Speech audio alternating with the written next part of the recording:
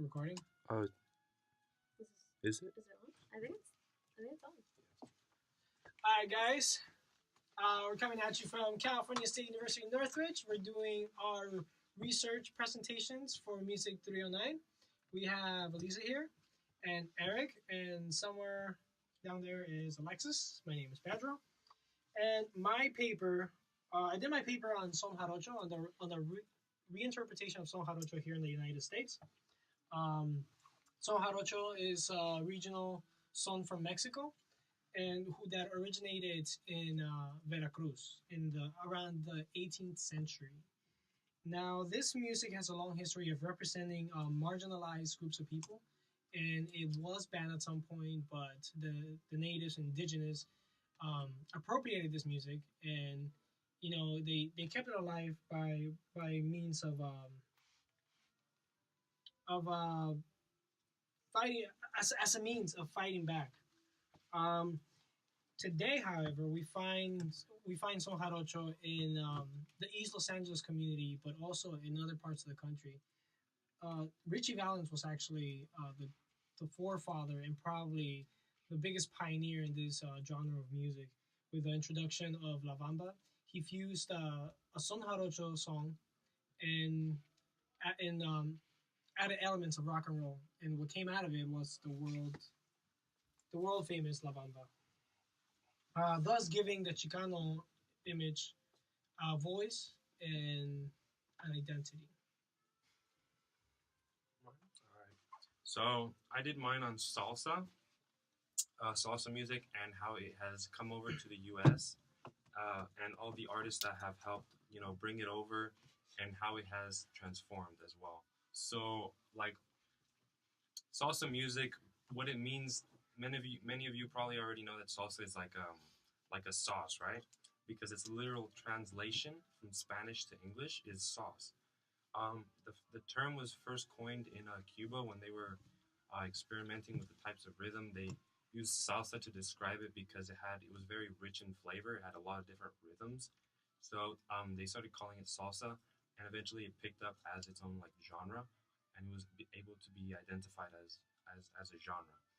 So one of the most famous and most I guess significant artists that contributed to the bringing salsa music from Cuba, which is where it originated, into the U.S. is Mario Bauza. So Bauza, he was a Cuban native. He was born in Cuba, and he came to the U.S. because he wanted he wanted to continue his musical career, but because in Cuba there was a lot of in both countries, Cuba and the U.S., there was a lot of racial barriers, but in Cuba there was no Harlem, in a sense that there were more musicians, African American musicians that were able to get together and play and express themselves through music than there were so in Cuba. So he came here and he was able to spread his knowledge of salsa and then combine it with jazz until he eventually made he started a band called he brought his brother over from Cuba, and he made a band called Machito and the Afro-Cubans, and they basically combined a lot of rhythms from Cuba with jazz, and that, because jazz was a big thing back then in the 1930s, it caught on, and a lot of people in New York and the East Coast caught on to it, and they started to learn more about salsa and get into it. So he really started that trend, and from there were numerous other artists that picked it up and continued to spread it and fuse it with more contemporary types of genres. So that's really kind of the general story of how salsa came from Cuba to the U.S. Bet you guys heard this noise before. This one's actually called Maple Leaf Rag, and it's a famous American composer and pianist called Scott Joplin. And if you search up ragtime, there's other famous names that they will pop up guaranteed. It will be Erwin Berwing and Jane Reese Europe. And basically, ragtime, it was called ragtime because it sounds like a very rag tone, and it's very syncopated. so it just ended up getting the name ragtime.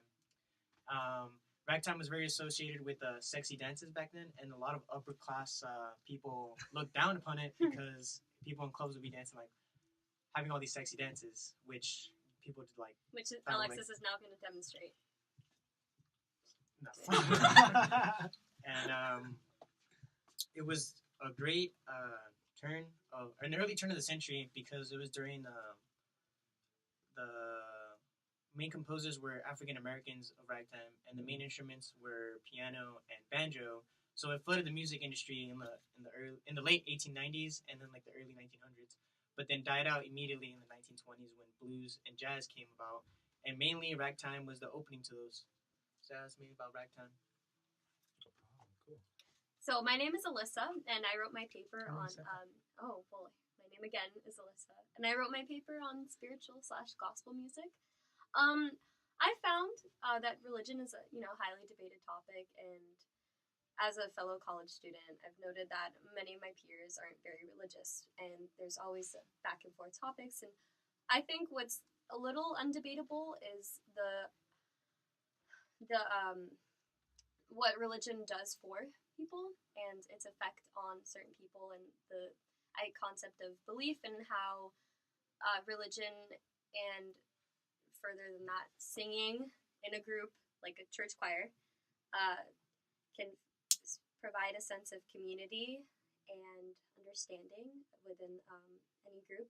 So I found that it doesn't really matter which particular religion, more so it's more of just the idea of a close-knit group of people who all believe in one thing coming together and singing in praise together in unity, which creates well-being and happiness. And there's facts, a numerous amount of studies that prove that people who are a member of a church tend to live longer and less likely to commit suicide, and so on and so forth.